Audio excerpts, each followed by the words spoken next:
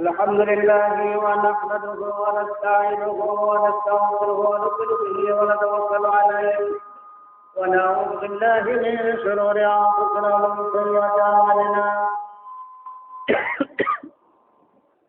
من يهده الله فلا مضل له ومن يضلله فلا هادي له ونشهد ان لا اله الا الله وحده لا شريك له ونشهد أن سيدنا وسندنا وحبيبنا مولانا محمدا عبده ورسوله الذي أرسله بالحق بشيرا ونذيرا وداعيا إلى الله بإذنه وسراجا منيرا فقد قال الله تعالى في كلامه المجيد والفرقان الحميد أعوذ بالله الصمد الملك المعين المبين من الشيطان الرجيم بسم الله الرحمن الرحيم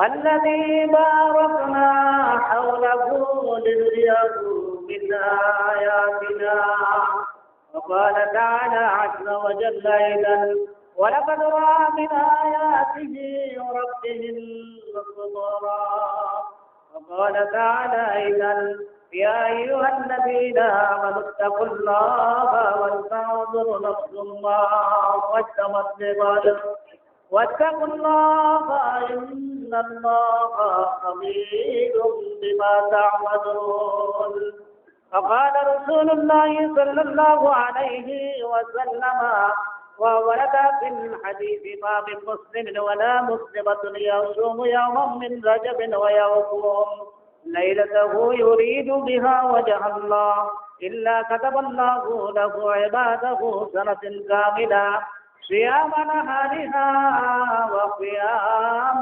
لياليها وقال تعالى في شان حبيبه مخبرا وآمرا إن الله وملائكته يصلون على النبي يا أيها الذين آمنوا صلوا عليه وسلموا تسليما اللهم صل على سيدنا مولانا محمد وعلى آل سيدنا محمد سبجل شريف اللهم صل على سيدنا مولانا محمد وعلى آل سيدنا এমন দরদিনবী ভাবনা আসিবে কবি এদিন করলেন সবই সাল্লাল্লাহু আলা মুহাম্মাদ আল্লাহুম্মা সাল্লি আলা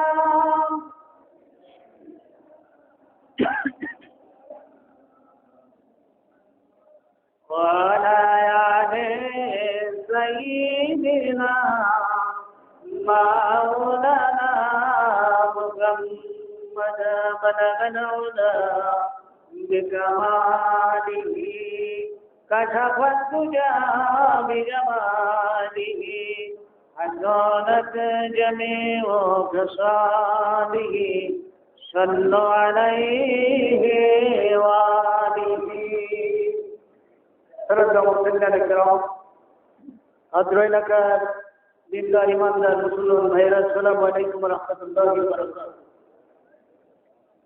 আল্লাহ রাব্বুল আলামিনের দরবারে শুকরিয়া আদায় করছি যে মহান রব্বুল আলামিন আজকের পবিত্র রজব মাসে জুমার নামাজ আদায়ের লক্ষ্যে মসজিদে হাজির হওয়ার তৌফিক যিনি দান করেছেন তার দরবারে কালিমাতুশ শুকর আদায় করি, সকলে বলি আলহামদুলিল্লাহ। আরেকবার করে শুরু করি আলহামদুলিল্লাহি তাআলা আযজা ওয়া জাল্লা। মুসলিম کرام, দেখতে দেখতে আবার ইবাদত করার যে মাস, তার মধ্যে অন্যতম মাস রজব মাস আমাদের সামনে হাজির হয়ে গেছে, সকলে বলি আলহামদুলিল্লাহ। আরবি চন্দ্র মাস মুহররম মাস দিয়ে শুরু হয় গণনার প্রথম মাস মুহররম। এরপরে এই রজব মাস হলো সপ্তম মাস। এই মাস সহ চন্দ্র মাসের 4টা মাসকে আল্লাহ পাক মুসলমানদের জন্য পুত ও পবিত্র হিসাবে ঘোষণা করেছেন। এই 4টা মাস আল্লাহর কাছে এতই পছন্দনীয়।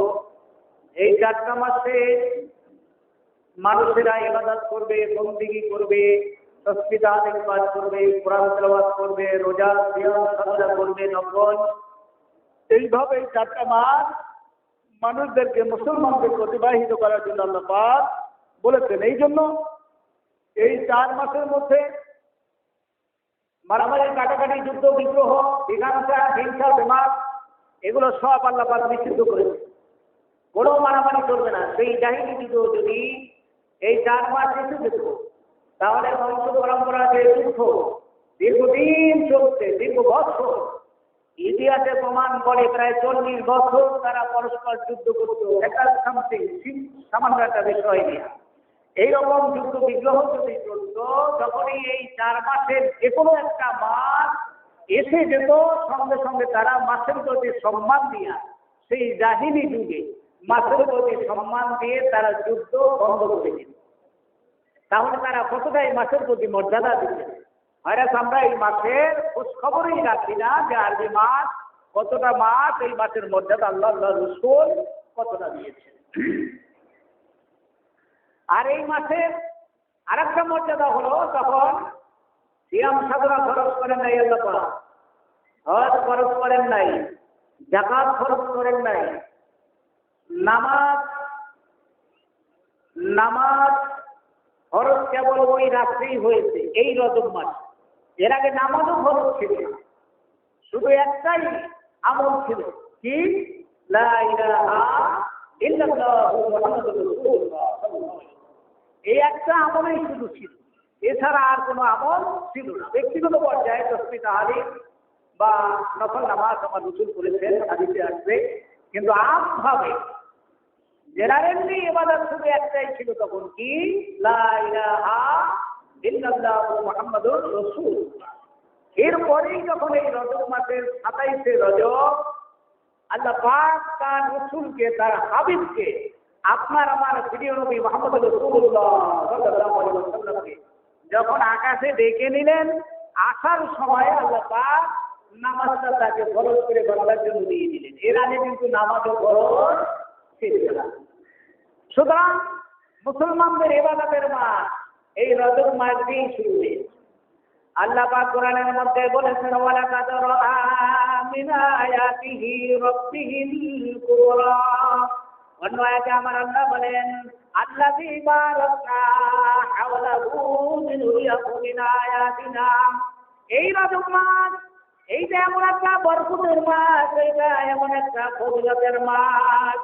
এই মাসের বরকত আল্লাহ পাক কিভাবে দিয়েছেন আমার আল্লাহ এখানে বলেছেন।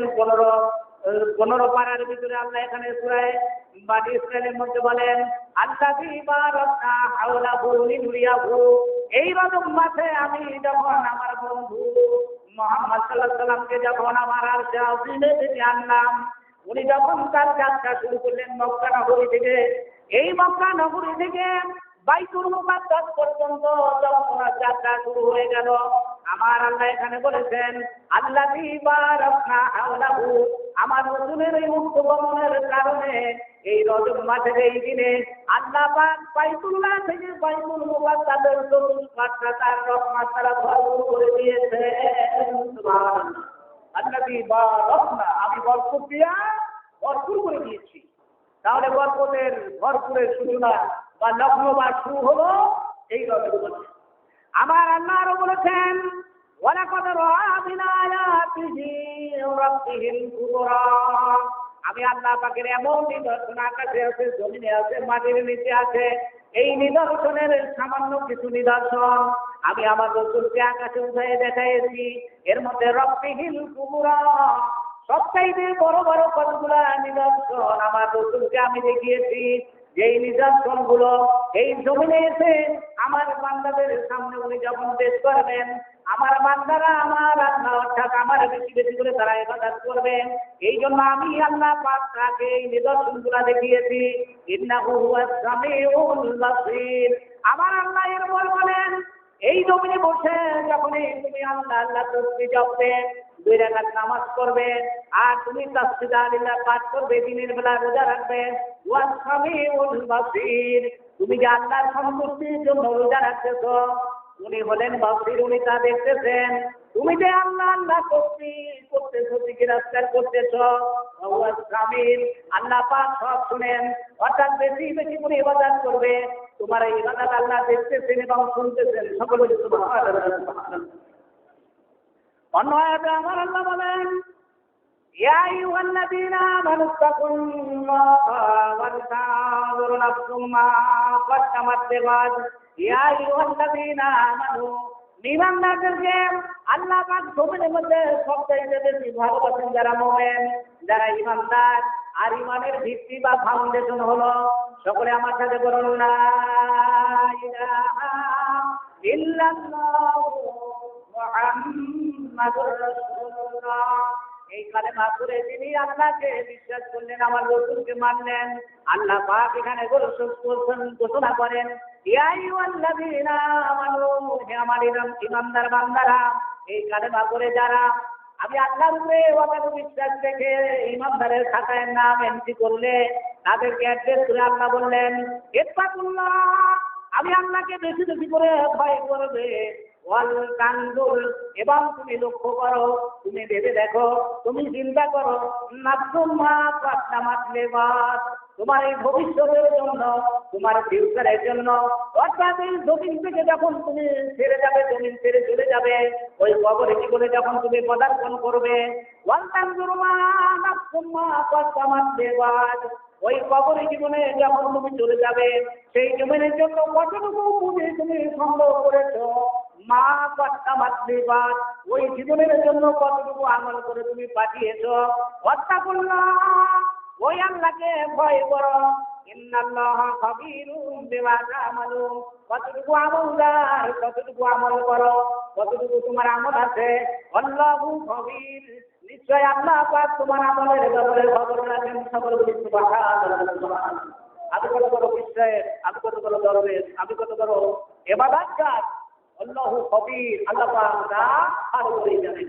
এই জন্য আল্লাহ বলছেন বেশি বেশি করে ইবাদত করবে। এরপরে আমার আল্লাহ বলেন ওয়ালা তাকুনু কাল্লাযীনা নাসুল্লাহা ফানসাহুম আনফুসাহুম ওয়ালা তাকুনু, হে ইমানদার বান্দারা তোমরা হইও না কাল্লাযীনা নাসুল্লাহা ফানসাহুম, যারা আমি আল্লাহকে ভুলে থাকে, আমি আল্লাহকে ভুলে থেকে যারা ইবাদত বন্দেগী করে না, তাদের মতো তোমরা হইও না।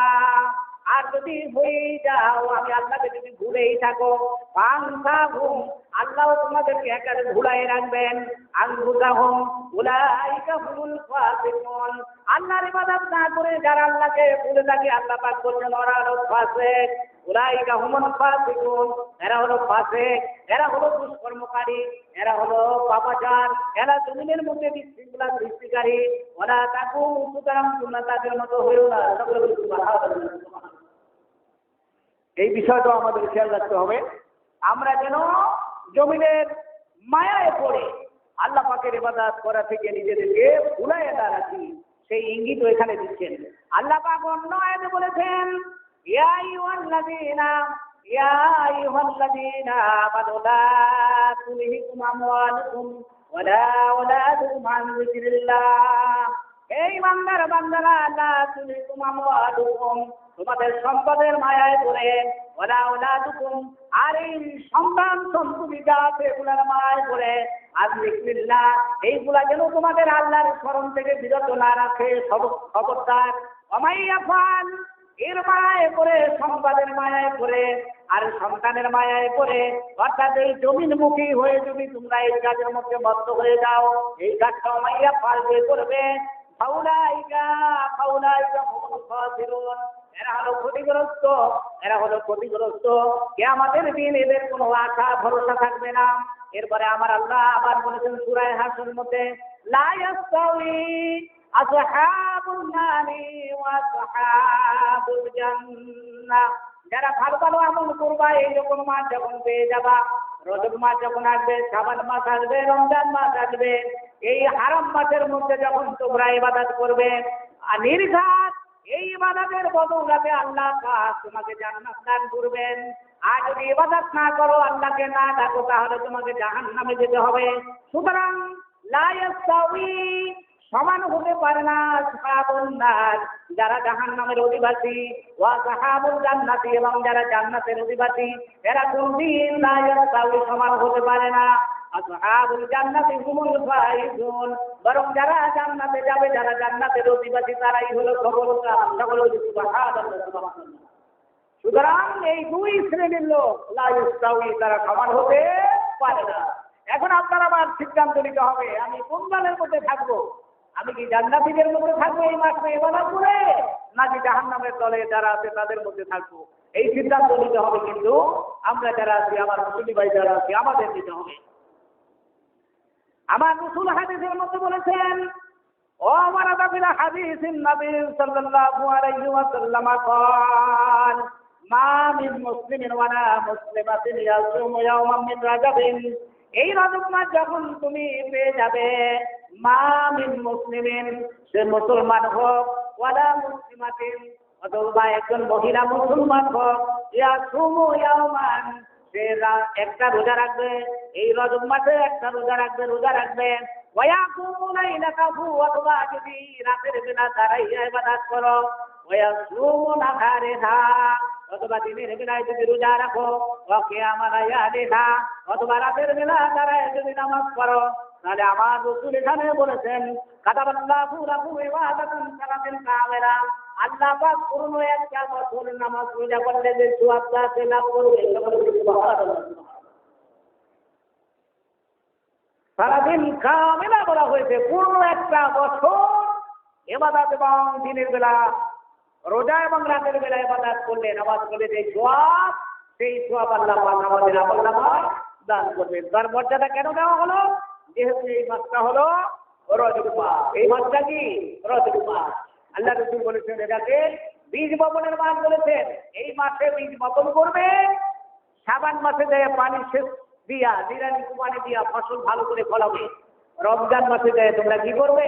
ফসল সুবহানাল্লাহ, ফসল কেটে ঘরে দিবে। অর্থাৎ রজব মাস দিয়ে আমাদের শুরু হবে, এরপরে শাবান মাস আরো বেশি বেশি করে ইবাদত করবো আমরা। প্রতি বছরই কিন্তু এই কথাটা আপনাদেরকে বলে থাকি। রমজান মাস যখন আসবে, তখন গুনাহ এর আগে পরে যা ছিল সব থেকে আমরা মুক্ত হয়ে যাব। রমজানের আল্লাহ পাকের অফুরন্ত নিয়ামত আমরা অর্জন করার লক্ষ্যে। সুতরাং এখন থেকেই যদি ফিরে স্টার্ট না হয়, তাহলে রমজানের এই ফসল কিন্তু সঠিকভাবে আমরা ফলাতে পারব না, ঘরে কেটে আনতে পারব না। একজন কৃষক যখন ফসল বপনের সময়, তখন যদি ফসল বপন অর্থাৎ বীজ যদি বপন না করে, তাহলে যখন ফসল কাটার সময় আসে, তখন দেখবেন সে আফসোস করে। আর যেই কৃষক বীজ বপন করেছিল, নিরানি কোপানি দিয়া পরিচর্যা যে করেছে, তার ফসল ভালোভাবে ফলেছে, দেখা গেছে যে ধান বা পাট যে ফসল একেবারে মাঠ ভরে গেছে, তার মুহ আনন্দে ভরে গেছে, ফসল কেটে আস্তে করে ঘরে নিয়ে যায়। আর যে বীজ বপন করে নাই, নিড়ানিও দেয় নাই, পরিচর্যা করে নাই, কিছুই করে নাই, তার অবস্থাটা কি হবে? তার খেত একেবারে খালি, কোনো ফসলে না, খেত একেবারে খালি, ঠিক না? তখন তার বুঝতে থাকবে, আনন্দ থাকবে না মুখ কালো হয়ে যাবে, আনন্দ তারা থাকবে না। এই জন্য আমার মুসলিম ভাই যারা প্রতি বছরের মতো আমি এবারও বলছি আপনাদেরকে, যেহেতু আল্লাহ পাক আবার আমাদেরকে হায়াত দারাজ করে এই রজব মাসে আবার উপনীত করেছে, আমরা যেন আল্লাহ পাকের ইবাদত বেশি বেশি করি।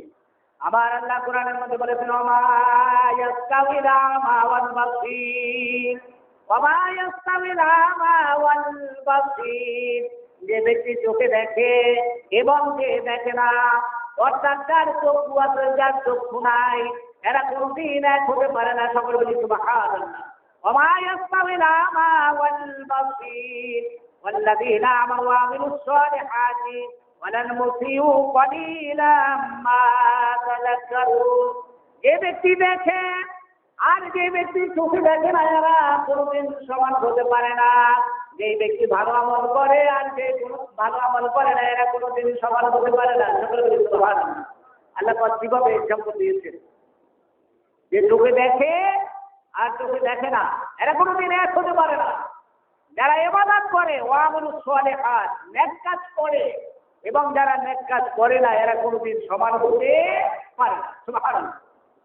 আমার আল্লাহ এই জন্য বলেছেন, ওমা তুবাদদিলু লিআনফুসিকুম মিন খায়রিন তাজিদুহু ইনদাল্লাহ, ওমা তুবাদদিলু লিআনফুসিকুম, হে আমার ইমানদার বান্দারা, হে মানুষেরা, ওমা তুবাদদিলু লিআনফুসিকুম, তোমার ফিউচারের জন্য, তোমার ভবিষ্যতের জন্য, তোমার নিজের জন্য, সরকারের জন্য না, লিআনফুসিকুম, তোমার নিজের জন্য, মিন খায়রিন, কতটুকু উত্তম কাজ করেছো, তাজিদুহু ইনদাল্লাহ, যে উত্তম কাজের, নেক কাজের ফসল, যে নেক কাজের যাজা বা নেক তুমি কাল হাসরের ময়দানে নিজেই ভোগ করবে, অন্য কেউ করবে না। সকলে বলি সুবহানাল্লাহ। ওমা তুবাদদিলু লিআনফুসিকুম, ফিউচারের জন্য, ভবিষ্যতের জন্য তুমি কতটুকু কাজ করেছো, মিন খায়রিন, কল্যাণকর, তাজিদুহু ইনদাল্লাহ, যা তুমি নিজেই ভোগ করবে। এই জমিনে আপনি যখন চিন্তা করেন, আমার একটা ছেলে একটা মেয়ে, বা তিনটা ছেলে চারটা মেয়ে আছে, আমার সন্তানের জন্য একটা ব্যাংক ব্যালেন্স করা দরকার, একটা বাড়ি করা দরকার, একটা করেছি আরো দুইটা করলে ভালো হয়, যেহেতু সন্তান আর একটা বেশি আছে। এইভাবে সন্তানের ফিউচার চিন্তা করে তাদের জন্য আপনি ব্যাংক ব্যালেন্স করেন, ব্যাংকে টাকা জমা রাখেন, এরপরে ডিপোজিট করেন। আমার আল্লাহ এখানে বলেছেন, ওমা তুবাদদিলু লিআনফুসিকুম, হে বান্দা, তুমি তোমার নিজের জন্য, লিআনফুসিকুম, তোমার নিজের জন্য তুমি কতটুকু এইভাবে করেছো, মিন খায়রিন তাজিদুহু, এর ভাগ, এর অংশীদার আর কেউ হবে না হাসরের ময়দানে। এই নেকের ওজন, এই নেকের হকদার, নেকের ভাগ একমাত্র তুমি পাবে। ইনদাল্লাহি, আল্লাহর নিকটে, ওয়া খায়রান আযামা আজরা, আর এটা হলো সবচেয়ে উত্তম জাযা, এটা হলো সবচেয়ে উত্তম প্রতিফল। আস্তাগফিরুল্লাহ। সুতরাং ওই আল্লাহর কাছে বেশি বেশি করে ক্ষমা প্রার্থনা করো। ইন্নাল্লাহা গফুরুর রহিম, নিশ্চয় আমার আল্লাহ হলেন সবচেয়ে বড় ক্ষমাশীল, আমার আল্লাহ হলেন সবচাইতে করুণাময় এবং দয়াশীল। গুনার বোঝা, গুনার পরিমাণ তোমার যত বড়ই হোক, আল্লাহর কাছে চোখের পানি ছেড়ে দিয়ে যদি তুমি কাঁদতে পারো, আমার আল্লাহ এখানে শিখাই দিয়েছেন আস্তাগফিরুল্লাহ। ওই আল্লাহর কাছে গুনার কথা স্মরণ করে বেশি বেশি করে তুমি চোখের পানি ছেড়ে কান্নাকাটি করো। ইন্নাল্লাহা গফুরুর রহিম, আল্লাহ পাক ক্ষমাশীল, তোমাকে মাফ করে দিবেন। আর তোমার আল্লাহ হলেন করুণাময়। এত কিছুর পরেও আল্লাহ এর আগে বলেছেন, এই জাযা আল্লাহর কাছে পাবে। সুতরাং গুনার দিকে না তাকাইয়া গুনার কথা স্মরণ করে আল্লাহর কাছে কান্নাকাটি করো, আর বেশি বেশি করে নেক আমল করো, তাহলে হাসরের ময়দানে আল্লাহর কাছে তোমার জাযা যথাযথভাবে তুমি পেয়ে যাবে। এরপরে আমার আল্লাহ আরো বলেন, হুয়াল্লাযী ইয়াতাওয়াফাকুম বিল-লাইলি ওয়া ইয়া'লামু মা জারাহাতুম বিন-নাহার, হে মানুষেরা, ওই মহান সত্তা আল্লাযী যিনি তোমাকে ইয়াতাওয়াফাকুম বিল্লাইলে রাতের বেলা রাত 12টা বা 11টার সময় যখন এই জমিনের সমস্ত কর্মকাণ্ড সব শেষ করে তোমার দৈনিক রুটিন অনুযায়ী সমস্ত কাজ শেষ করে যখন ঘুমের ঘরে চলে যাও ইয়াতাওয়াফাকুম বিল্লাইলে আমার আল্লাহ বলেন এইটা তো ঘুম না, এটা হলো তোর একটা মৃত্যু। ওয়ায়ালামু মা কারাতুম বিন নাহারি, এবং তুমি যখন ঘুমের ঘরে চলে যাও তখন মনে মনে বলতে থাকো আগামীকাল আমি আবার এই কাজ করবো, অফিসে যাবো, বাজার করবো, অনুষ্ঠানে যাবো, এই কাজ করবো, আগামী দিনের রুটিনটা আবার মনে করো। আল্লাহ পাক বলেন আমি যদি সকালবেলা যদি তোমাকে এই ঘুম নামক মৃত্যু থেকে না জাগাতাম তাহলে তুমি আগামীকালের রুটিন মাফিক আর কাজ করতে পারবে না, বরং সুম্মাই ইয়াবাদুকুম ফীহি, বলেছেন আমি আল্লাহ করুণা করে সকালবেলা আমি আবার তোমাকে ঘুম থেকে উঠাই দেই। সকলে সুবহানাল্লাহ। এমন ইতিহাস আছে রাতের বেলা যখন ঘুমের ঘরে চলে গেল সকালবেলা দেখা গেল জীবনের পরে এমন ঘুম ঘুমাইছে কিয়ামত পর্যন্ত ওই ঘুমের মধ্যে থাকবে। সুবহানাল্লাহ। হয় না এরকম? ব্রেন স্ট্রোক করেছে, হার্ট স্ট্রোক করে ঘুমের ঘরে একেবারে মরে গেছে। সকালবেলাতে যখন হাত দিয়ে নাড়াচাড়া করে 8টা বাজে 9টা বাজে উঠে না, দেখা গেল যে আসলে এই ঘুম আর সে কখনো থাকবে না, অর্থাৎ মৃত্যু হয়ে গিয়েছে। তোমার এই ঘুমটা হলো একটা মৃত্যুর সাথে আমার আল্লাহ তুলনা করেছেন। সুতরাং এই অবস্থাটা তো তোমার প্রতিদিনই হয়। আমি চাইলে তোমার এই ঘুমের মাধ্যমে জীবনের নীতি রেখা আমি টেনে দিতে পারতাম, আমি তা না করে সকালবেলা আবার তোমাকে আমি কি করি, জাগিয়ে দিই এবং পরের দিন আবার তোমার রুটিন মাফিক দিনের সমস্ত কার্যকলাপ তুমি শেষ করতে পারো। এই সুযোগটা আমি তোমাকে করে দিয়েছি। সুতরাং এটা তুমি কেন খেয়াল করো না?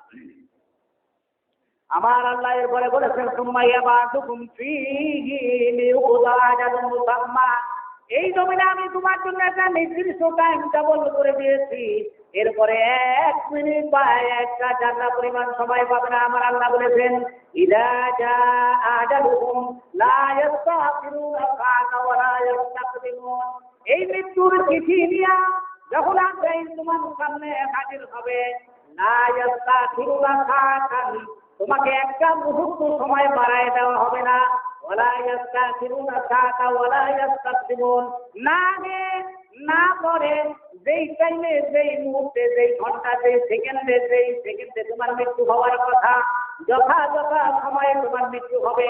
1 মিনিট 1 সেকেন্ড আগে হলো পরেও না। সুতরাং এইরকম একটা লিমিটেড সময় দিয়া আমি আল্লাহ পাক তোমাকে জমিনে ছেড়ে দিয়েছি। সকলে বলি সুবহানাল্লাহ। আমরা এইটাকে আবার অপব্যাখ্যা করি। কেউ মারা গেলে বয়স 25, 30 বা 16, 17, ওই যে ছেলেটার অকাল মৃত্যু হয়েছে, সকলে বলি না ছেলেটার কি হয়েছে, অকাল মানে এখন তার সময় হয় নাই, মরার জন্য যে ম্যাচুরিটি দরকার এইটা বুঝায়, তাই বুঝাই যে মরার আর বয়স হয় নাই, ওর বয়স মরার হইলে তখন মরত না। অকাল শব্দ কেন ব্যবহার করা হয়? আর আমার আল্লাহ বলছেন ইযা জাআ আজালুহুম, যখনই তোমার এই সময়টা আছে, সময় মানে কাল, অকাল আর কাল, অকাল এটা কাল বা টেন্স বলে দিতে, অর্থাৎ মৃত্যুর সময়, এই সময়টাকে আমরা বলি, এই কালটাকে আমরা বলি অকাল মৃত্যু হয়ে গেছে। আর আমার আল্লাহ এখানে বলতেছেন যখন মৃত্যুর কাল বা সময় যখন আসবে, লা ইস্তাখিরু সাআতান ওয়া লা ইস্তাকদিমুন, না 1টা সেকেন্ড আগে না 1টা সেকেন্ড পরে। তাহলে 18 বছরের ছেলেটা যদি মৃত্যুবরণ করে, আমার আল্লাহর ভাষায় এইটাই তার সময় ছিল মৃত্যু, এটা অকাল না, কিন্তু আমরা বলি কি অকাল মৃত্যু হয়েছে, আমরা বলি না কথাটা। তাহলে কোরআনের সাথে সাংঘাতিক হয়ে যায় কিনা? কি বলে? কোরআনের সাথে কি হয়ে যায়? সাংঘাতিক হয়ে যায়। মৃত্যুর সময় কখন হবে না হবে, এটাতে অকালে মৃত্যু হলো, তুমি বলছো অকাল মৃত্যু, এই অকালটা মৃত্যুরই, অর্থাৎ মৃত্যুর সময় কখন হবে এটা কি তুমি জানো? তুমি জানো না, তাহলে অকাল কেন বললাম? কোরআনের সাথে সাংঘর্ষিক এসে যায় কথাটা। এই কথাটা বলা আসলে ঠিক না। আমরা যতই আবেগে বলি, মায়ার বশীভূত হয়ে বলি, এই ছেলেটা এই মাত্র একটা অল্প বয়সের ছেলে মারা গেল, অকালে মৃত্যু হয়ে গেল, অকাল বলতে কিছুই নাই, সবই হলো কি কাল, সবই হলো কি কাল।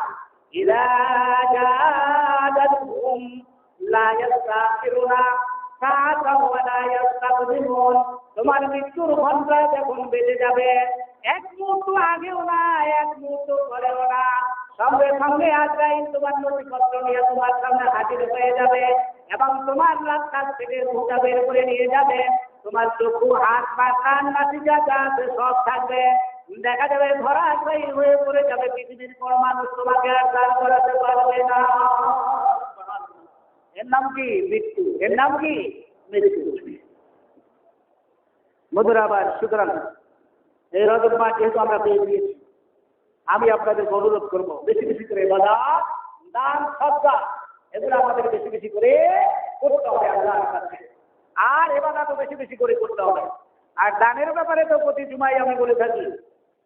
আর আমার মসজিদের দানের ব্যাপারে বললে আবার আপনারা রাগ করবেন না তো, যে হুজুর প্রতি জুমাই তো বলে, নাকি আনন্দ পাবেন? কোনটা আনন্দ লাগবে না, না খারাপ লাগবে? অলরেডি আল্লাহ পাকের রহমত, আপনাদের বিশেষ দোয়া, আপনাদের বিশেষ দোয়া, আমাদের মসজিদের ফাইলিং এর কাজ শেষ হয়ে গেছে। সকলে বলি আলহামদুলিল্লাহ। 3 দিনটা অ্যাক্সিডেন্ট হয়েছে ফাইলিং এর কাজের সময়। আমি প্রায় বলতাম যে আপনারা দোয়া করবেন, বেশি বেশি করে দোয়া করবেন। আপনার ফাইলিং এর কাজ যারা করে 2-3টা শুরু করার ডরের সুরে ভয়ে আসছে আবার চলে গেছে। ভয়তে এখানে ট্রান্সফরমার আছে, তাই না? ট্রান্সফরমার আছে 2টা বিদ্যুতের, তার এই দিক দিয়ে ওই দিক দিয়ে এখানে কাজ করা খুবই ডিফিকাল্ট, কঠিন হয়ে যাবে। অ্যাক্সিডেন্টের ভয় আছে। এই ভয়ে 2-3 গ্রুপ আছে। সেই ক্ষেত্রে যেই গ্রুপটা কাজ করেছে, যে কন্ট্রাক্টর কাজ করেছে, 3 বার অ্যাক্সিডেন্ট হয়েছে। আপনারা জানেন যে কত হাজার ভোল্টের তার? এইটা 11,000 ভোল্টের মধ্যে তারটা তুলে গেছে। তার সাথেও একটা ছেলে অ্যাক্সিডেন্ট করে এরপরে একটা মৃত্যু হয়ে গেছে এবং হাসপাতালে পাঠায় দিচ্ছে। আমাদের মানাসায় বলেছে কি বলে, অ্যাম্বুলেন্স রেডি, সব রেডি, অ্যাম্বুলেন্স রেডি। আবার কন্ট্রাক্টর পায় পোস্টমর্টেম করা লাগবে কিনা। পোস্টমর্টেম করতে গেলে তো আবার ঝামেলা আছে, পুলিশের কাছে যেতে হবে, হাসপাতালে পাঠানো লাগবে। তার মানে অলরেডি মরে গেছে। কিন্তু আল্লাহ পাকের বিশেষ রহমত, সেই ছেলে কয়েক ঘন্টার মাথায় হাসপাতাল থেকে আবার ফিরে আসে। সকলে বলি আলহামদুলিল্লাহ, আলহামদুলিল্লাহ, আলহামদুলিল্লাহ। আপনি বলেন এক্সাইটে অ্যাক্সিডেন্ট আর কি হতে পারে? 11,000 পর্যন্ত তাদের সাথে লেগে ও তো এখানে ছাই হয়ে যাওয়ার কথা, পুরো আঙ্গার হয়ে যাওয়ার কথা। কিন্তু এই মসজিদে এটা আমি গ্যারান্টি দিয়ে বলতে পারি, যেহেতু আল্লাহর ঘর। ঘরটা কার? আরো জোর বলেন, কার ঘর? এই আল্লাহর ঘর। এখানে আল্লাহ পাকের রহমত আছে, এতে করে সন্দেহ আছে আমাদের? সুতরাং এই ঘরে বেশি বেশি করে দান করবেন। ফাইলিং এর কাজ আলহামদুলিল্লাহ আমাদের শেষ হয়ে গিয়েছে। এবারে মাটি কাটার কাজ অলরেডি শুরু হয়ে গেছে। আপনারা বেশি বেশি করে দান করবেন। আজকেও আমাদের এক ভাই আশরাফ হোসেন সাহেব 1 লক্ষ টাকার কমিটমেন্ট করেছেন। সকলে বলি মারহাবা, আরো জোর বলেন মারহাবা। মারহাবা তো দেন না, অনেকদিন হয়ে গেছে, যেহেতু কালেকশনও বেশি করি না। এই কারণে আপনাদেরকে আবার টাকা সংগ্রহ করার সুযোগ দিচ্ছি, টাকা জমান করতে। বাইরে না, আমি ভুলে গেছি, মনে হয় হুজুরে ভুলে গেছে, টাকাটুকু চায় না, ভুলে গেছে। না না, ওই ভোলা লোক আমি। আল্লাহর ঘর আছে, আমি আছি, আর আপনারা আছেন। কালেকশন হচ্ছে, হয়েছে, হবে ইনশাআল্লাহ। সকলে বলেন ইনশাআল্লাহ। আমরা যখন যাই ইনকাম করি ইনশাআল্লাহ আল্লাহর ঘরে দিয়ে দেব। আমাদের আচরণ বলে, যখন একটা রিক্সাওয়ালা এই 10 টাকা দিয়ে দেয়, আল্লাহ ঘাম ছুটতে থাকে। আমি দেখলাম সেদিন, আমি নিজে কাউন্টারে বসা একটা ভিক্ষু, অন্ধ, আপনারা অনেকে দেখেছেন, একটা অন্ধ ভিক্ষু আর একজনে হাত টেনে নিয়ে যায় একটা বাচ্চা, সেও 10 টাকা দিয়ে দিল। আর আল্লাহর ঘরের জন্য। কার ঘরের জন্য? আল্লাহর ঘরের জন্য। এই জন্য আপনারা ভুলে যাবেন না, টাকা সংগ্রহ করেন, রহমান পকেটের ভিতরে। আবার খবর নেব, এতদিন তো চাই নাই, এখন দিতে চান না কেন? এই হিসাব দেবো কিন্তু। সুতরাং বেশি বেশি করে টাকা সংগ্রহ করেন।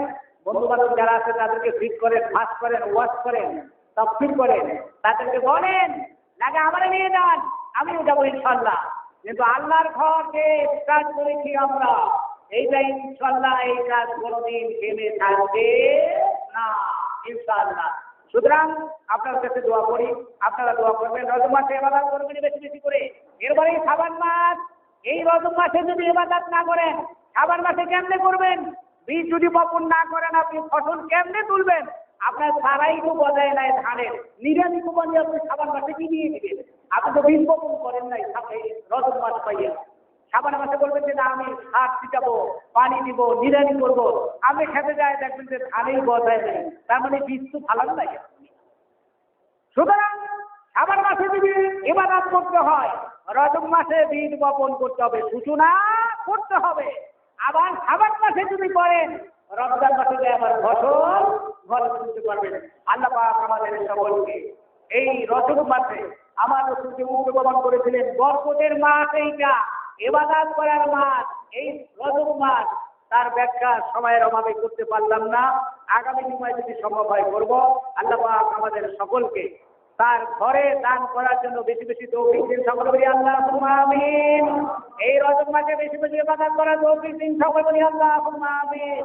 আল্লাহ তৌফিক দিন, আল্লাহ পাক রাসূলুল্লাহ রাসূল করেন নাই, সুন্নাত করে দিন।